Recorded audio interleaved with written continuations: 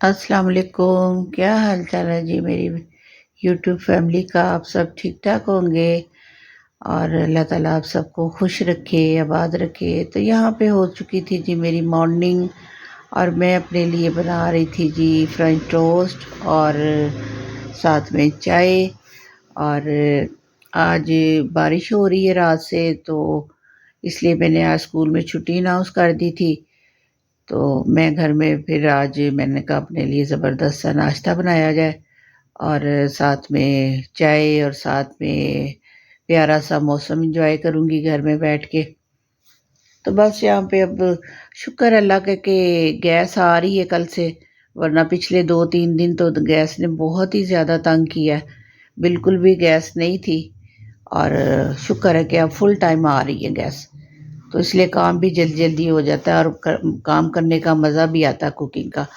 तो बस ये अपना नाश्ता लेके मैं रूम में आ गई थी और साथ में मैंने टीवी लगा दिया था और बस 1-2 व्लॉग्स देख रही थी और साथ में चाय पी रही थी। और ये है जी वो एलोवेरा जो मैं कल अपनी भांजी के घर से लेके आई थी और इसको आके मैंने गमले में लगाया था।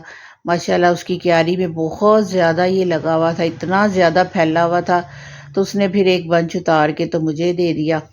तो ये मुझे गमला छोटा लग रहा है और बंच इसका बड़ा है और इंशाल्लाह इसके लिए बड़ा गमला मंगवाती हूँ। और एक छाक इसके लिए काट। तो इधर से जी हमारी बात कट गई थी और यहाँ पे मैंने थोड़ा से एलोवेरा काटी है और इसको मैंने अपने चेहरे पे लगाया था। और उसके बाद फिर मैंने अपने लिए एक और चाय का कप बनाया है। और अब ज़ोहर का टाइम गुज़र चुका था और मैं आ गई थी जी ऊपर।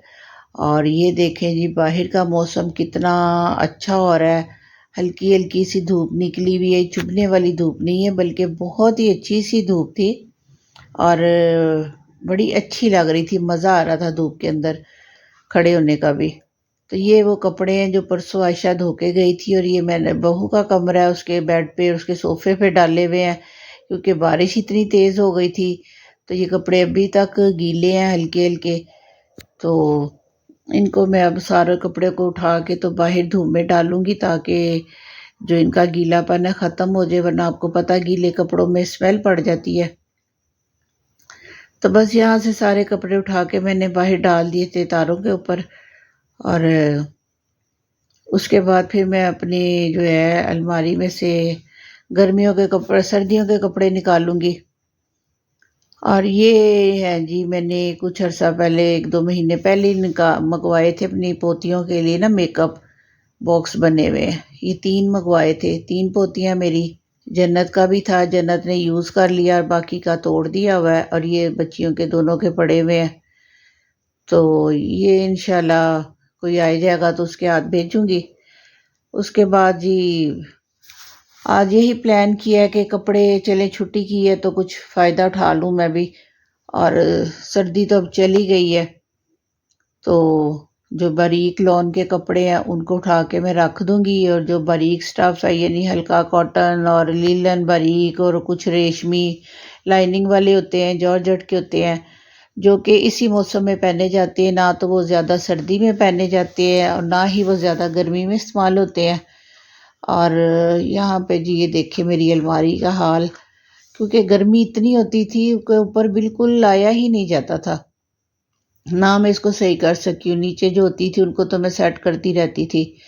तो ये भी कोई वो मतलब शॉपर पड़े हुए बांध बांध के रखे हुए हैं। तो ये फिर मैंने इनको सारा सामान इसमें से बाहर निकाल लिया था और इसको बिल्कुल खाली कर लिया था, क्योंकि अब जो दूसरे गर्मियों के कपड़े पैक करूंगी तो वो फिर उठा के इसमें रख दूंगी।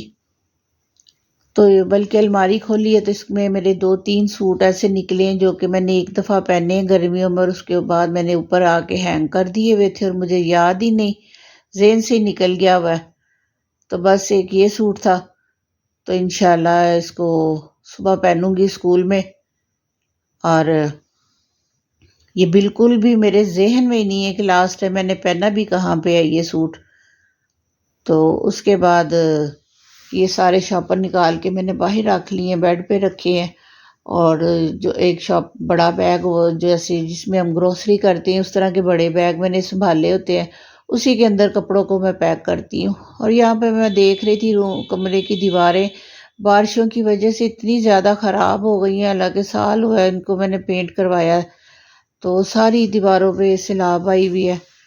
और पता नहीं अब ये दोबारा सूखेंगी तो फिर ये दोबारा से पेंट होगा, यही इसका हल है, और तो कोई भी इसका हल नहीं है। तो बस यहाँ पे मैं सारे अपने जो कपड़े हैंग किए हुए वो भी मैंने उतारे हैं। ये देखें, ये मेरी वेलवेट की शॉल है, बड़ा मज़ा आता है वेलवेट की शॉल लेने का। और एक ये इन दोनों चादरों के दरमियान में मेरी वो सूट लटका हुआ था, ये भी मैं भूल गई भी थी दोबारा पहनना, एक ही दफ़ा पहनना। ये भी सूट मैंने, ये मेरी बाजी ने मुझे बर्थडे पे सूट दिया था। और ये भी मेरी वेलवेट की शॉल है, ये 3 साल पुरानी है ये मेरी शॉल। बेटी की शादी जब की थी तो मैंने ये ली थी। पहले मेरा ये था कि मेहंदी पे सूट पहनना है, इसके साथ मेरा ब्लैक वेलवेट का सूट तो फिर मैंने मेहंदी पे नहीं पहना था, तो दूसरा सूट बन गया था मेरा। तो ये फिर मैंने बाद में आम रूटीन में अब ये पहनती हूँ मैं। और बड़ा मज़ा आता है वेलवेट का सूट और वेलवेट की शॉल लेते हुए। तो ये थी जी मेरी शॉल, ये मैं अटक से लेकर आई थी।